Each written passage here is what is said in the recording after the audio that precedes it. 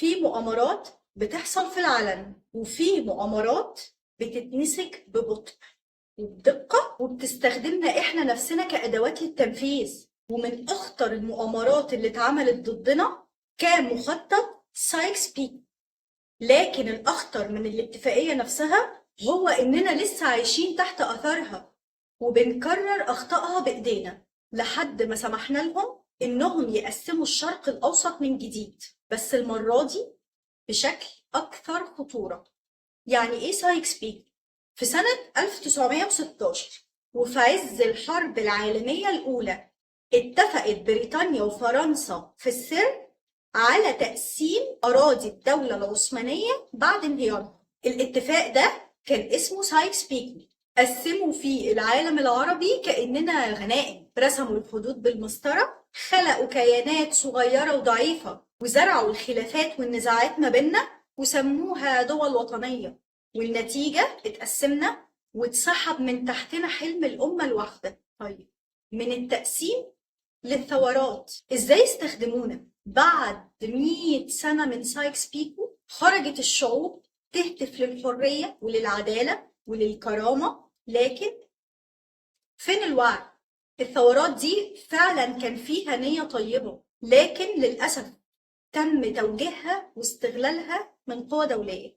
فتحوا باب جديد للتقسيم باسم الربيع العربي. النتيجة دول اتقسمت لدويلات وجيوش اتفككت وشعوب تشردت، وإسرائيل وقوى الشر هم طبعا المستفيد الأول.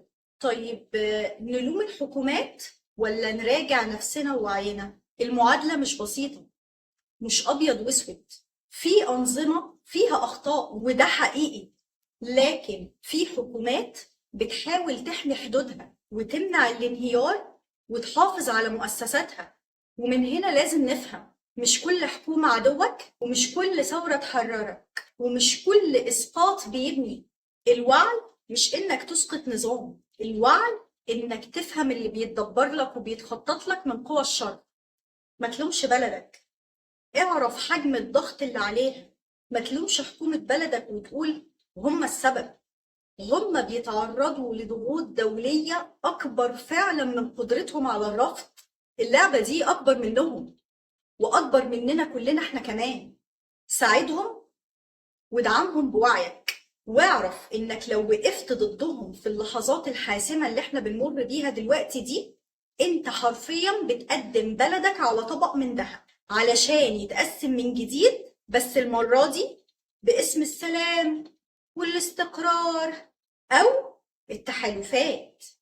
تعال أقول لك حاجة مهمة، سايكس بيكو الجديدة هتتعمل من غير ورقة، بتتعمل بالتحالفات، بالصفقات، بالإعلام، وبالوعي الميت للشعوب العربية والإسلامية. بينسونا المسجد الأقصى وإن هو قضيتنا الأولى، بيشغلونا بالترندات وبالخلافات ومقارنات تافهة. مين أحسن؟ مين أقوى؟ مين أولى؟ المصري ولا الخليجي ولا المغربي؟ ونسينا إننا أمة واحدة عدوها واحد ومصيرنا كلنا واحد. طب نعمل إيه؟ الثورات لو ما كانتش واعية للأسف بتكسر الدول مش الأنظمة. لكن في طريق تاني أقوى وأنضج وأذكى.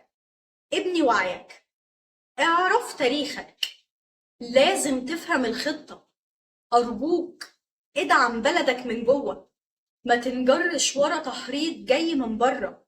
أرجوك حافظ على استقرار وطنك علشان تقدر توقف أي تقسيم قادم. وعي الشعوب بيساوي سقوط المخطط. اللي هيقف ضد التقسيم الجديد مش السلاح ومش ثورة، اللي هيقف قدام أي تقسيم جديد للشرق الأوسط هو وعي الشعوب. لما الشعب يبقى واعي مش هيمشي ورا كل شعار، ولا هيصدق كل فيديو، ولا هيهاجم بلده بإيده. الوعي مش ضد الحكومة، الوعي بيحمي الأمة حرفيا وبيفشل كل المخططات بتاعته. فين قلوبنا من بعض؟ يعني ايه مصري بيتريق على تونسي؟ يعني ايه سعودي يهاجم يمني؟ يعني ايه عربي يشمت فخول عربي؟